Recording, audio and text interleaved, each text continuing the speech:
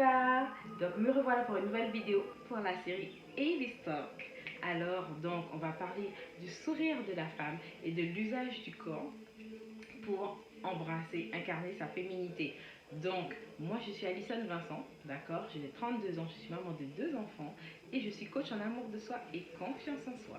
Donc j'accompagne les femmes à pouvoir s'épanouir pleinement dans leur vie, à découvrir leur plein potentiel, à le maximiser et aussi à libérer leur énergie féminine. Voilà.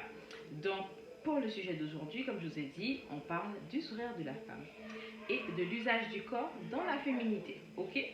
Donc, let's go.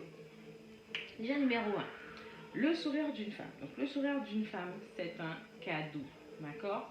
On a le droit de sourire, on a le droit de ne pas sourire. Ce ne sont pas toutes les femmes qui sourient, d'accord, qui sourient aisément ou qui ont un visage qui est toujours en train de sourire. Moi, je suis toujours en train de sourire, mes dents sont toujours dehors parce que bon, c'est comme ça que je suis, j'ai toujours été comme ça enfant. C'est mon petit, voilà, c'est mon côté, voilà, qui est comme ça de mon enfant intérieur. Voilà, je suis toujours en train de sourire, mes dents sont toujours dehors. Bref, les gens qui me connaissent le savent. Donc, le sourire d'une femme, vraiment, c'est un cadeau, c'est l'ouverture du cœur, c'est le moyen de pouvoir exprimer sa joie, ses vibrations, son énergie. D'accord? Donc, on ne va pas faire d'opposition, de bataille entre celles qui sourient aisément et pourquoi des fois il y a des hommes ou des personnes qui viennent vous dire mais pourquoi tu souris pas? Pourquoi ton visage est toujours fermé? Oh, c'est bon quoi. Les gens, ils ont le droit d'avoir le visage qu'ils ont. Ce n'est pas parce qu'ils ne sourient pas qu'ils n'ont pas d'émotions, qu'ils sont froids. Ça ne veut pas dire que parce qu'une personne sourit, tout va bien dans sa vie. Voilà. Le sourire, c'est une façon de parler sans dire des mots, mais voilà, c'est une façon expressive de pouvoir communiquer. Je dirais ça comme ça. Ok? Donc avec le sourire, on dégage de la joie, hein.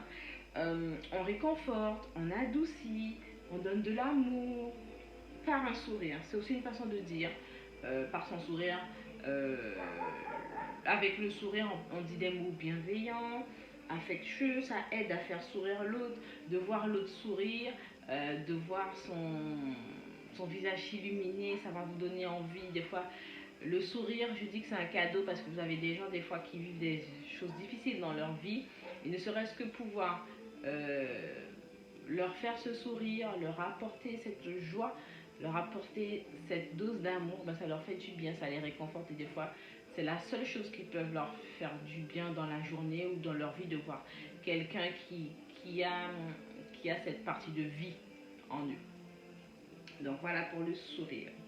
Et aussi des fois, dans notre féminité, notre sourire aussi est un atout de séduction dont nous ne pouvons pas nous lasser.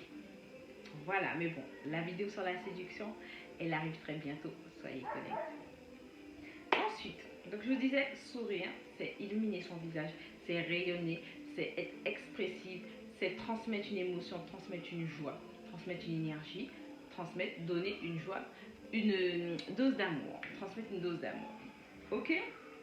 Maintenant, la partie numéro 2, le corps dans sa féminité. D'accord? Donc notre corps n'est pas juste voilà, le corps physique qu'on connaît. C'est aussi notre enveloppe charnelle. D'accord? C'est aussi notre temple sacré. D'accord? Donc notre temple sacré, pourquoi? Parce qu'il habite notre puissance, notre énergie féminine, tout notre être, toute notre énergie cosmique.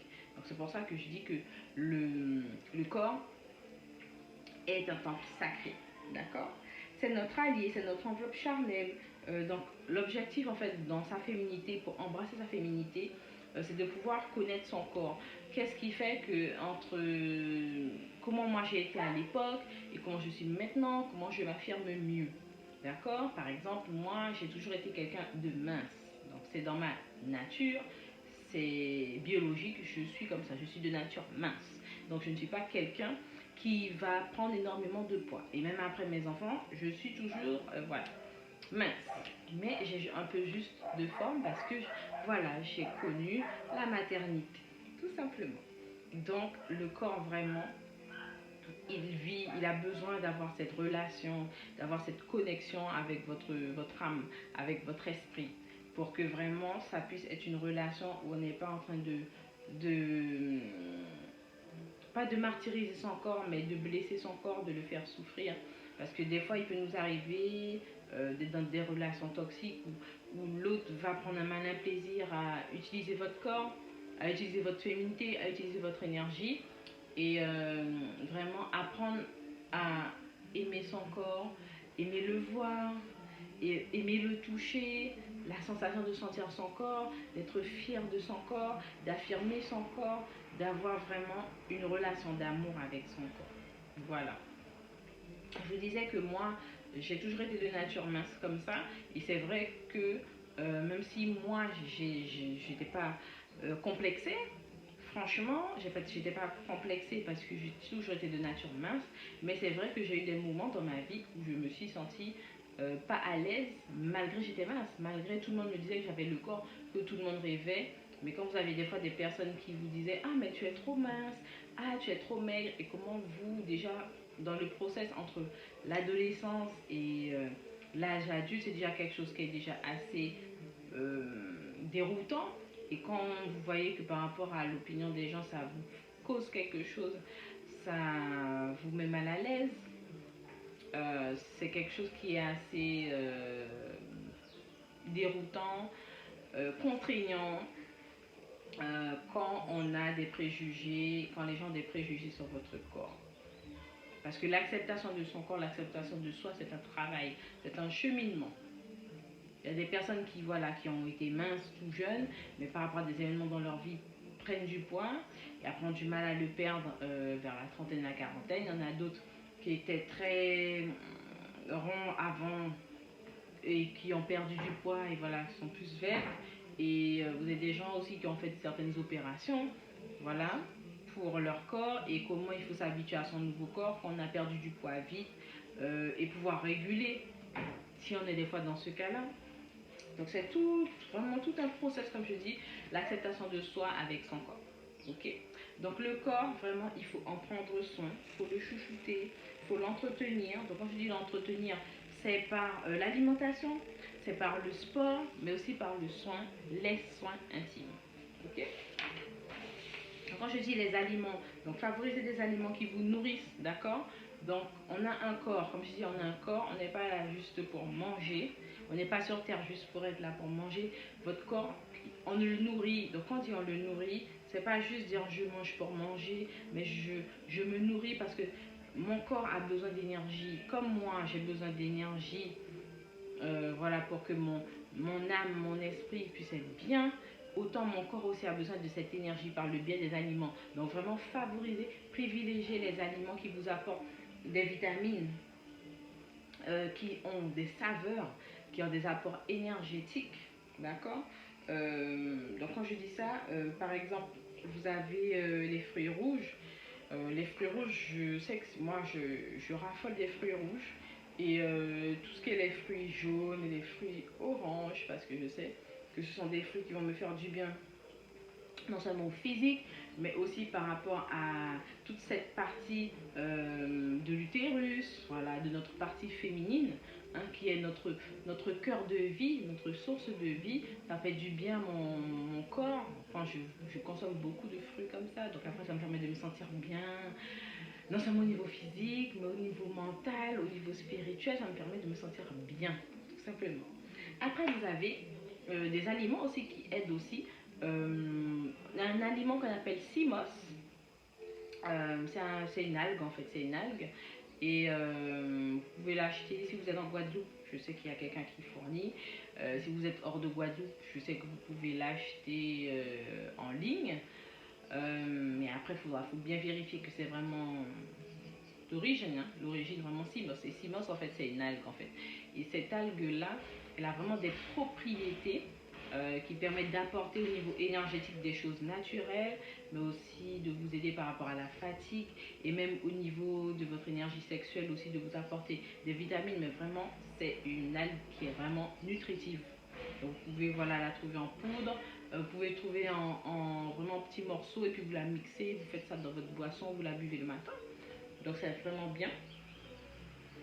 Et aussi vous dire que quand même les fruits rouges, tout ce qui est les framboises, les baies, les myrtilles, les fraises, les cranberries aident aussi par rapport à la flore vaginale.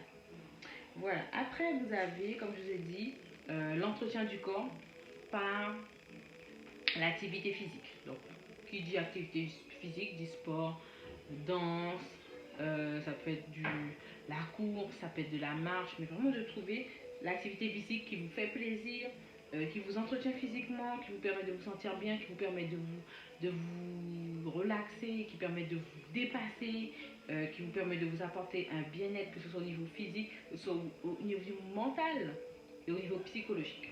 Voilà, de trouver ce qui vous correspond. Moi, c'est la danse. C'est vraiment l'activité qui me permet d'être bien. C'est l'activité qui me permet d'être bien, de me sentir bien. Et ça m'est nécessaire. Je ne peux pas passer une semaine sans danser. Franchement, j'aurai toujours ce temps pour ça. Pour moi, c'est essentiel. Ça fait partie de ma routine de vie, tout simplement. Dernière partie, qui n'est pas des moindres, les soins intimes. Donc quand je dis soins intimes, vous avez donc, tout ce qui est les massages. N'hésitez pas à vous masser. Si vous pouvez vous faire masser, n'hésitez pas à vous faire masser. Et comment ça fait du bien de travailler sur cette partie de son corps, de se détendre, de travailler cette circulation sanguine. De pouvoir aussi vraiment au niveau de l'énergie la travailler, la faire remonter, la faire ressortir pour vraiment vous sentir en symbiose. Ça, c'est essentiel. Vous avez aussi au niveau des soins intimes, ce qu'on appelle les bains de siège. Donc, c'est une pratique culturelle noire où vous avez des petits bols, je dirais ça, pas des petits bols, mais des petits sièges, voilà, comme les petits pots de chambre qu'il y avait avant. Et voilà, nos ancêtres, nos grands-parents utilisaient certaines feuilles, voilà, pour permettre au niveau de notre utérus vraiment de pouvoir nous aider quand il y avait des soucis au niveau de l'utérus voilà, pour qu'il puisse se remettre en place, pour que l'utérus se resserre, que si vous aviez eu des enfants, comment faire en sorte que vraiment vous retrouviez un utérus qui soit young yoni quoi. Donc il y a ça aussi qui est important. Et pour tout ce qui est les plantes pour faire ces bains de siège, je sais que vous pouvez vous les procurer via le site de Clarisse Libénier. Voilà. Ensuite, tout ce qui concerne l'hygiène intime, ça se fait par l'extérieur, mais aussi ça se fait par l'intérieur, ok, par l'intérieur. Et par contre, vous avez les plantes que vous pouvez boire en tisane ou en infusion. Par exemple, vous avez la tumo, qui est une plante créole. Vous pouvez faire atumo, curcuma, miel. Ça, c'est très bon. Le curcuma a de très bonnes propriétés et le miel est bon pour nous femmes, pour notre intérieur. Ok, quand je dis soins intimes, c'est aussi voilà, vos épilations, pouvoir vous reposer, faire vos soins beauté, vos gommages, tout ça fait partie des soins intimes. Et aussi, pas d'un moindre, les menstruations, les règles. Donc les soins intimes aussi, c'est de faire en sorte aussi qu'au niveau de son corps, ses règles, qu'on soit à l'aise avec ses règles, qu'on ne soit pas dégoûté de ses règles, parce que les règles, les menstruations, ça fait partie d'un processus de cycle qui se renouvelle pour la femme en termes d'énergie, de progression, de changement, d'apaisement, de repos. Voilà, donc il est vraiment nécessaire pour nous femmes d'être à l'aise avec nos règles, de pouvoir les vivre aisément, d'être consciente de ces cycles, d'accord, et de le voir vraiment, voir le cycle des règles comme un processus de renouvellement, d'accord, de renouvellement interne. Donc c'est vrai que certaines des femmes ont des règles douloureuses, donc essayez de comprendre qu'est-ce qui fait que vous avez des règles douloureuses, quel est l'élément qui a déclenché ces règles douloureuses, si par le biais des plantes vous pouvez vous guérir, ça je sais qu'on peut quand même adoucir les règles douloureuses par le biais des plantes. Vous avez aussi le cas des femmes qui ont l'endométriose, qui est une maladie qui est vraiment difficile à gérer parce que ce sont des douleurs atroces. On n'a pas encore trouvé de traitement pour ça, mais c'est d'essayer de trouver vraiment avec les plantes, parce que moi j'aime beaucoup les plantes, les médecines naturelles qui vous permettent de vous aider à vous soulager, surtout quand vous êtes dans ce cas-là. Voilà les divas, donc merci d'avoir suivi cette vidéo. N'oubliez pas de liker, de commenter, de partager et d'enregistrer. Et je vous dis à très bientôt. Bye bye.